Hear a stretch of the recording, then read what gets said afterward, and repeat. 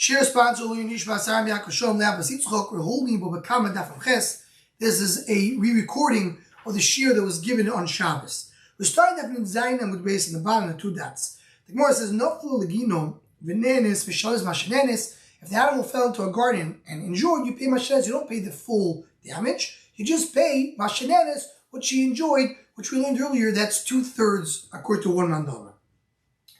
The case talking about here, that there was the animal fell and the fruits avoided the impact, caused the animal not to get hurt. Sure, you bring two ways to say, is it loshel pshita or loshel kushio? But he said, I could do that if you ate. If she ate, you don't pay mashenes, you pay the full damage. I say you don't pay anything. I feel mashenes, not paying anything. So Rav goes to the time that holds that you tell the animal you shouldn't have eaten. So here you say, the owner of the animal says, what do you want from me? My animal fell to the field. Now she ate. She shouldn't have eaten. I'm not responsible for the fact that she ate. It says, well, that can't be.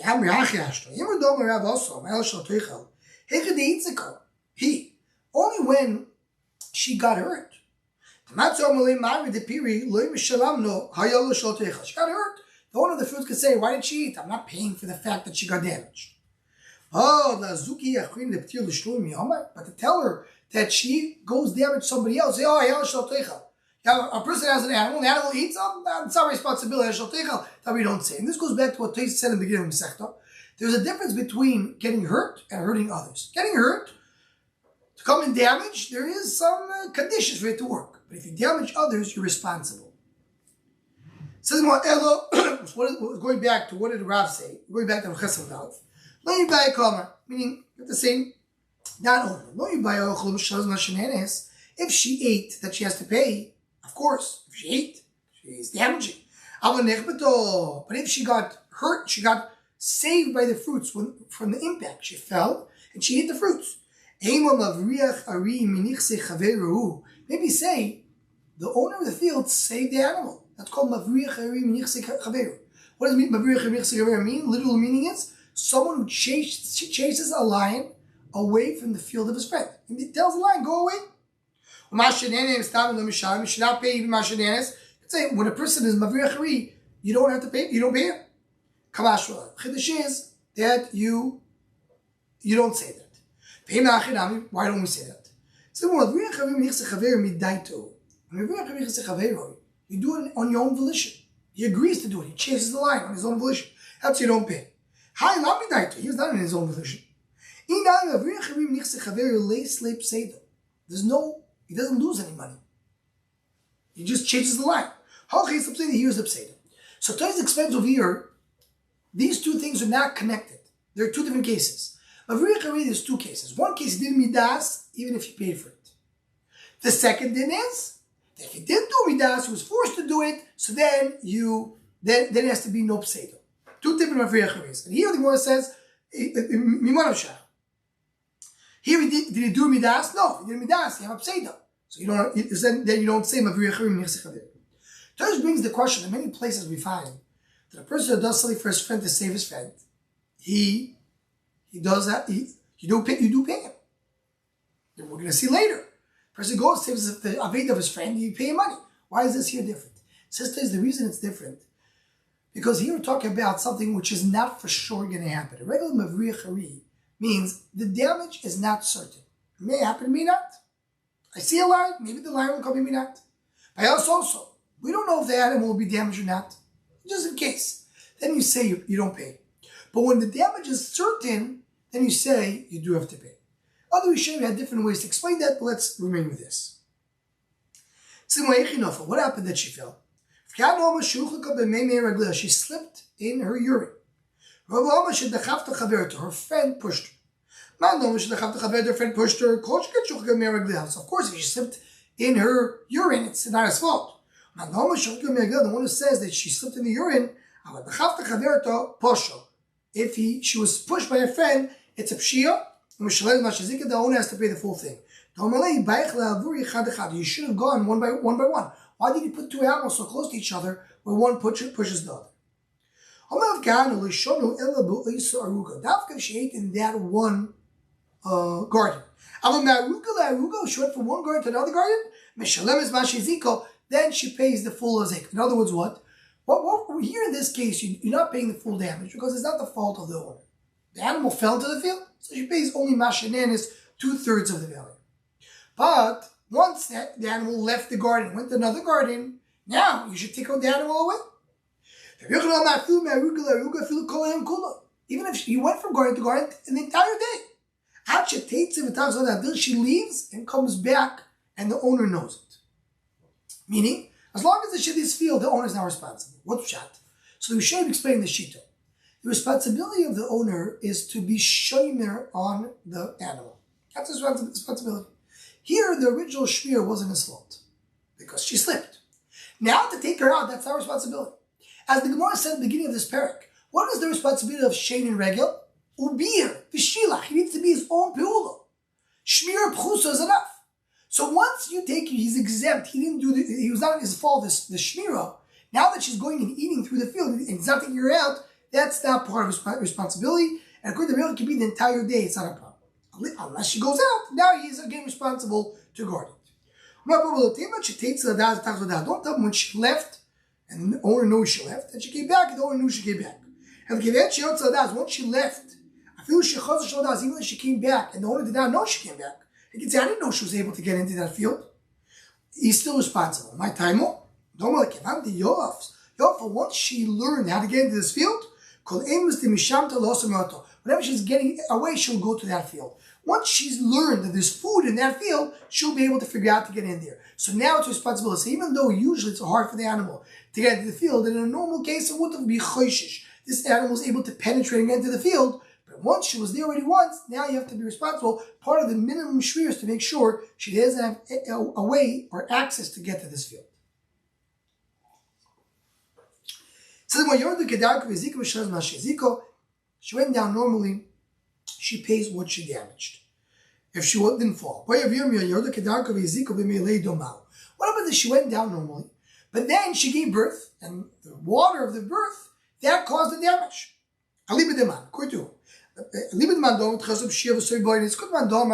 Then when you start Sadi Pshia, you allow the animal to go into the field.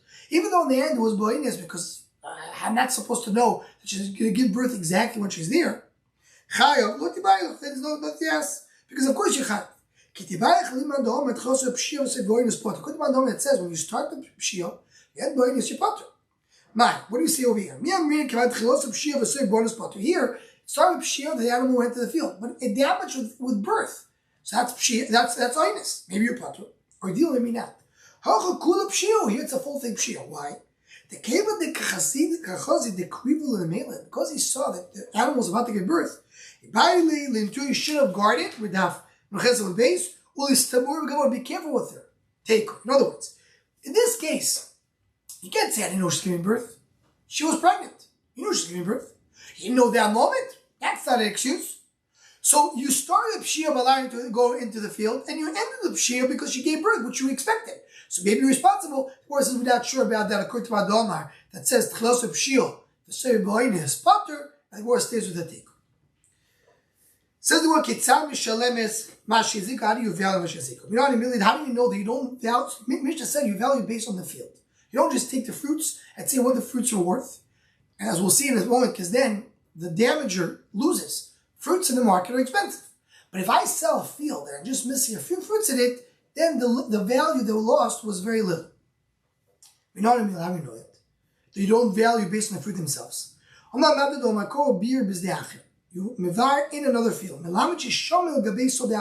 don't value the fruits on their own, but based on the entire field, based on the sodeacher.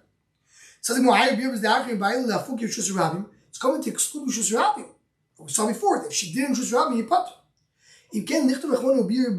Say when you damage in the field of your friend. You damage another field. My bizdacher in the sodacher. That you do shul based on sodacher. Maybe the whole thing is for that, just to tell you that you do valuation based on the sodeh. How do you know the Rishus Rabim you put? Why doesn't the pasuk say that regarding payment? You pay the best field, you talk about payment. It says that regarding the damage. She damaged that, right? Mentioning it there. That's how you know both. The fact that you mentioned it by Nezik, that means you're not having Shusarabim. The fact that it says Bizdeach means you do the valuation based on Bizdeach. Just to mention here quickly, the Chodim have a Chakira, and they want to say some Chodim Rishonim. What is the reason that you pay based on Sodach?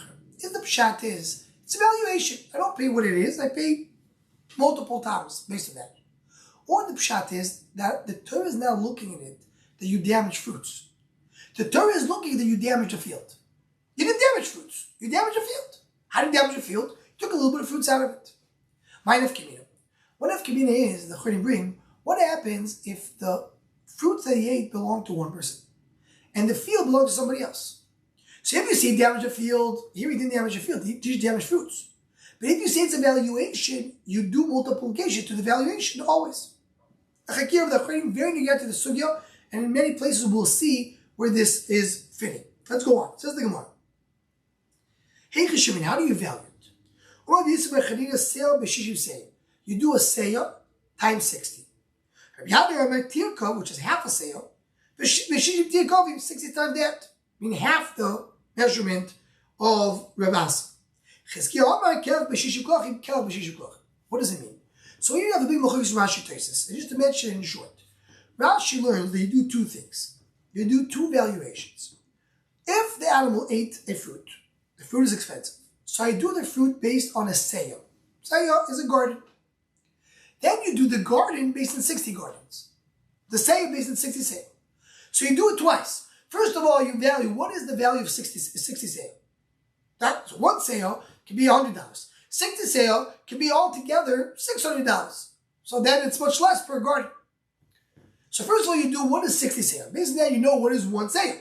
Then you figure out how much a person will lower the value of one seya by missing a few fruits. And that's what you pay. Says the same thing, but instead of doing the 60 seya, you do a 60 tirko, which means half, you do 30 seya. And according to many of the Rishonim and the Shittim Kovetzes, Rashi learns you do one seya out of 30, not one seya out of 60. So basically, the way it works according to Rashi is like this. You make a cheshbon, how much costs a 60 seya field? Based on that, you know how much costs 1 out of 60. Then you don't just do 1 out of 60. Do 1 out of 60, how much a person will lower the value of one when he's missing a few fruits. And that's what you pay. The Mandor Tirkov, you do that with 30. And the Mandor that says you just double whatever we have by 60, and that's how you do the valuation. Taisa disagrees with Rashi, because Taisa says, where do we find you do double shumo? You do one, not double. So therefore Taisa says, you just do one. What does it mean? The Gemara is talking about the case that he ate a seya. So you do times 60. Now, what happens if she had laced a sale? You always value according to the first Mandor based on a sale. So meaning, let's say there's 60, you do a cheshbon, how much is 60 sale? Based on that, you know one. Now that you know one, you do the percentage of what it is. So let's say she ate a half a sale. So you do, if a sale is worth $10, you pay 5. That's the Machlokas Rashi takes. According to Rashi, you don't pay 5. You pay whatever a person would agree to pay for a sale minus these fruits. So let's say a person is buying a field of one sale. He's buying this garden. And they tell us, by the way, half the fruits are missing. He's not going to pay 50% of the value. He's going to pay 70% of the value. So you pay only 30%. According to Tosis, you take whatever a seya is out of 60, and then you pay percentage-wise whatever it is. That's the Machlokas Rashi is. According to Rashi, you have a double valuation. What is 60 seya? Figure out what is one seya. Second, one seya, how much you're going to decrease by missing a few fruits. Tosis learns, you do 60 seya, you do 60 seya to figure out one seya, and based on one seya, you figure what it is. This is more basic. One brings a question. Each one kav kavai, you don't pay what it is. You figure out a small garden. You do based on the garden. You just do the garden. You do times 60. According to Rashi, it makes more sense. You do the garden, and then you do another 60. These are the two valuations. You don't do a kav because that will do a shlach, will do too much of an increase, and that will be screwed because too much of a decrease. My kav. You don't do one kav times 60 because the bazik will get a lot. Why? So Rashi explains Shisha kavi is something that there's no market for it. It's too much for a poor person and too little for a rich person. So it's very little. So the mazik gains for it. But like korban, shisha korban, mazik. If you do korban out of 60 korban, that's a lot of money, and now people have to buy it, and the mazik will lose. Not talking about a base core, a field. Talking about the actual fruits. That's what you say. That's what goes back to what we said before. You don't just do the value of what he ate, a fruit. Then he's going to get a lot of money. A fruit costs more money. You don't do one kav in a huge field. You should break it visa. One kav out of a 60 a base core, nobody takes any value out of it. You do based on 60, and that's your cheshbon. Says the Gemara, "How gavro the cat kashbo bechavrei?" He took a palm tree from his friend. Also, come in the Rish goes, what in front of Rish goes? So I saw what it is. There was 3 branches coming out of that tree. The whole thing was worth 100. You took it 1. Zilav le tlosim the tlos of a tilto. Give him a 33 and a third. Oh my God, Rish Galusa is doing the parsori lavali. Rish Galusa is doing a Persian judgment. I'm not going to listen to Rish Galusa. Also, look at me here in front of Rabbi Nachman. You do times 60. You don't do based on the actual value, but you multiply by 60, you see how much you take out of 60. He says that, 1 second, 60 that we said by us, it's where the animal damages it. I want to talk to you about when the Adam damages. Maybe Adam damage, you actually pay the value. Why do you think when a person does his own damage, you don't do based on 60? The time, because you have a brayso. Meaning someone who wounds the fruits of his friend when it's samdar, when it just started to bud out, the fruits. You see, okay, 1 second, what did he damage? You take the field. The field was worth 100. Now that he ruined it, it's worth only 50. You pay 50. You look down, it doesn't say you do multiple 60. So you see when autumn damages, you don't do the multiplication of 60. Says the Gemara, that's not a raya. That's what Abai tells you all. Also by an animal says the same thing. If I was going to bring a price that says by an animal that you pay a damage, it doesn't say times 60, but we know it's times 60 based on our Gemara. So even though the price it doesn't say clearly by 60, it means by 60. So it could be by Niski Gufi also, that's what it means. What's the price at the time? It says the price. Kotmo netil. An animal eats, roots a tree. A young tree. People think Yerushalayim. A 1-year-old tree, two kesef, 2 silver coins, but it's 2-year-old, I bought because you pay 4 coins. Okay, that's the first part of the price that I get to us. Ochla chazis, she ate chazis, means straw, before it came before it ripe and to be grain. Basically, you go based on the measure, you value what's the rest of the field. She ate 30% of the field. Let's look at the 70%. Well, the 70% will be worth when it gets to full fruition. That's what you pay to the 30%. You can't do based on that 30%. The said, no, you don't go based on future. You go based on present value. What was the field worth before she ate the 30%? What is it worth now? You pay the difference. She ate budding fruits. You look at it as if the fruits were fully ripe. Says places, this is different than the previous thing that we spoke about shachas, about straw, that it goes based on mishur, but you go based on what's left in the field. Because there you have to have leftover in the field to figure it out. Because if the leftover is worth less, the what she ate, you're worth less. If the leftover is gone, you say maybe this will be gone as well. But fruits usually come to fruition, so I don't care about the rest. I just say these fruits will be worth if they're fully grown. I don't look at the rest. I don't care if there is a rest. No, also by smother, also by unripe, by budding fruits. When you come by sayof, you say, okay, what was it worth before? What is it worth now? I'm not going based on future value.